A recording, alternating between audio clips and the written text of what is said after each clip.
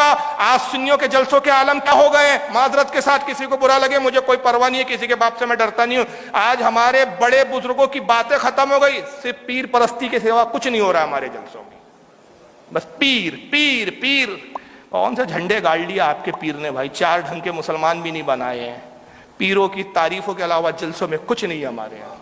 مذاق بنا کے رکھ دیے جلسوں میں, بھاڑ قسم کے نعت خواں آتے ہیں, چلاتے ہیں, چیختے ہیں. وہ ابھی ایک ویڈیو چل رہی ہے, میں نام نہیں لینا چاہ رہا ہوں, جنہوں نے دیکھا وہابی کو مموڑ دو, پھپوڑ دو, کھکوڑ دو, کھسوڑ دو. کیا کر رہے ہو یار, تماشا بنا کے رکھا ہے, جھنجھنے لے کے کیا ہو رہا ہے یار.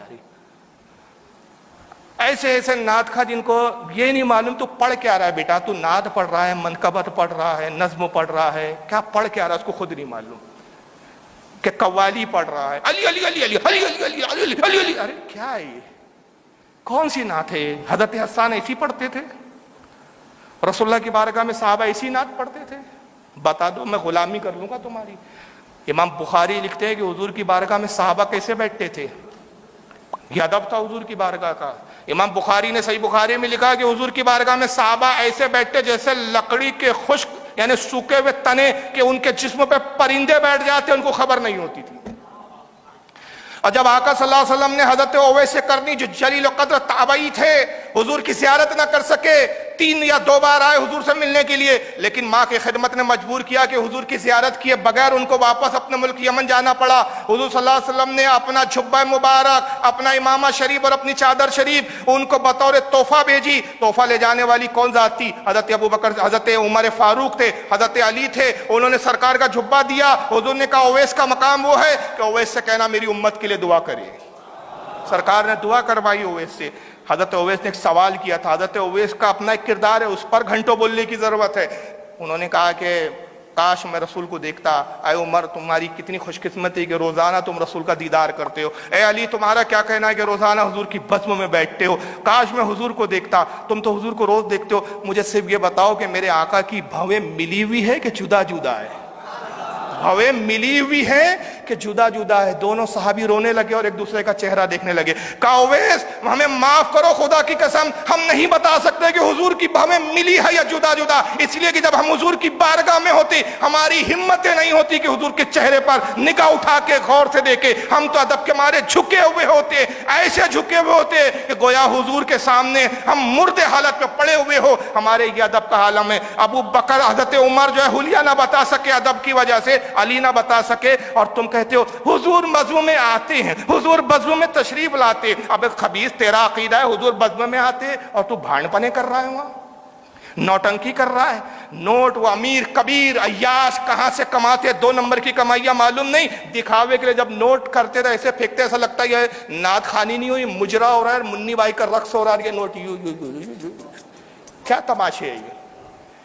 خدا کی قسم رسول تو بہت بڑی بارگاہ اعلیٰ حضرت ہوتے نا, اس بزم میں اتنے جوتے مارتے کہ سر کا ایک بال نہیں بچتا تمہارا. یہ سنیوں کے جلسوں کے تماشے بنا. ہمارے جلسوں میں ڈاکٹر نہیں آتے, انجینئر نہیں آتے, پڑھا لکھا نہیں آتا طبقہ.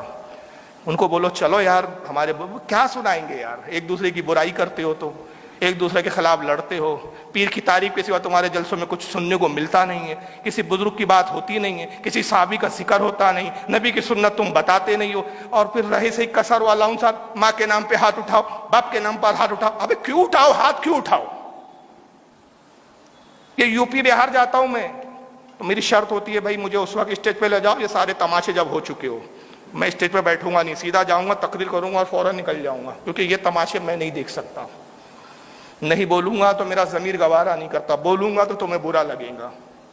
ماں کے نام پہ ہاتھ اٹھاؤ, ہے کوئی باپ کے نام پہ ہاتھ اٹھائے, ایک بار سبحان اللہ بول دو, ہاتھ اٹھا کر بول دو, پیر ہلا کر بول دو. ارے کیوں ہلا کر بول دو, زبان سے بولو نا بھائی سیدھا سیدھا. یہ کہاں سے لایا ہاتھ اٹھا کے بولو, ہاتھ اٹھا کے بولو.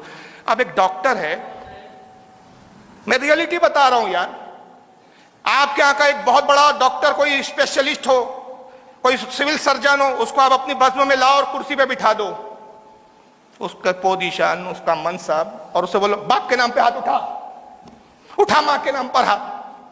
سوچو اگلی بار آئیں گا تمہاری محفل میں بولیں گا کیا تماشا ہے یار، میں تو دین کی بات سننے آیا تھا، یہ ہاتھ اٹھاؤ ہاتھ اٹھاؤ، اور عجیب کہاں سے وہ لایا وہ شاعروں نے اور وہ ناظموں نے، اللہ جانے، معلوم نہیں شرم نہیں آتی، جو نبی کے نام پہ ہاتھ اٹھائیں گا اس ہاتھ کو لقوہ نہیں ماریں گا۔ کون سی حدیث میں پڑھا بے تو نے؟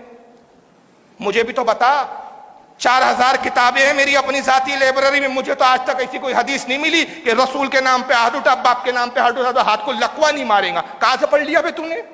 کون سی کتاب میں؟ ذرا ہمیں بھی تو دکھا، لقوہ نہیں ماریں گا۔ مذاق بناتے ہو یار، اور صحیح میں اس کو لقوہ ہو گیا تو معاذ اللہ اس کا دین سے اعتماد کمزور ہو جائے۔ یار میں نے تو سن کر آیا تھا، صاحب الاؤنسر تو بول رہا تھا یار اب لقوہ نہیں ماریں گے، مجھے تو لقوہ ہی مار دیا۔